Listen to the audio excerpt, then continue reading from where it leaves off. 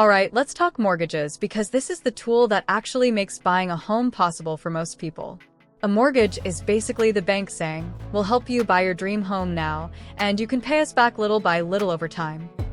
That means you don't need decades of savings sitting in the bank. You can step into homeownership much sooner. And here's the best part. Every payment you make isn't just money disappearing. It's money building up your ownership in a place that's truly yours. Before the bank helps you, you'll need a down payment, which is the chunk of money you put toward the home up front, with the rest covered by a mortgage loan.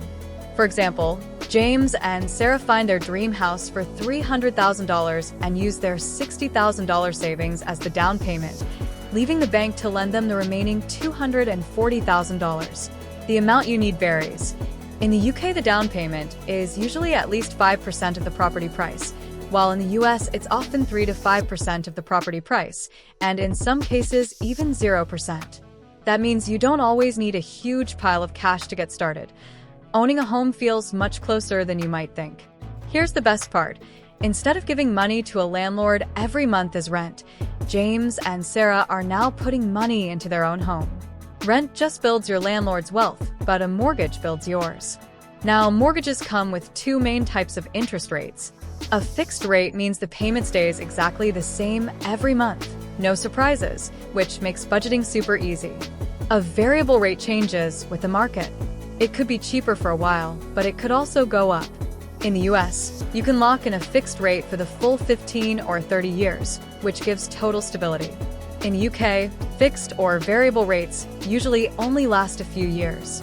After that, the deal ends, and if you don't act, your payments can jump to the bank's higher, standard variable rate.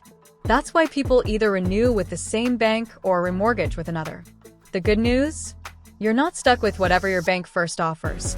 You can shop around, compare deals, or use a mortgage broker to help you find a rate that works best for you.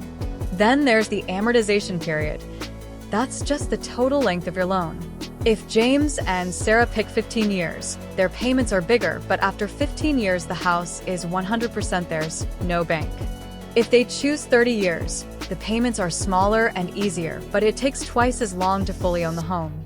Either way, every payment is money going back into their own future. And that's the power of a mortgage. It takes something that feels impossible, like owning a home, and makes it achievable.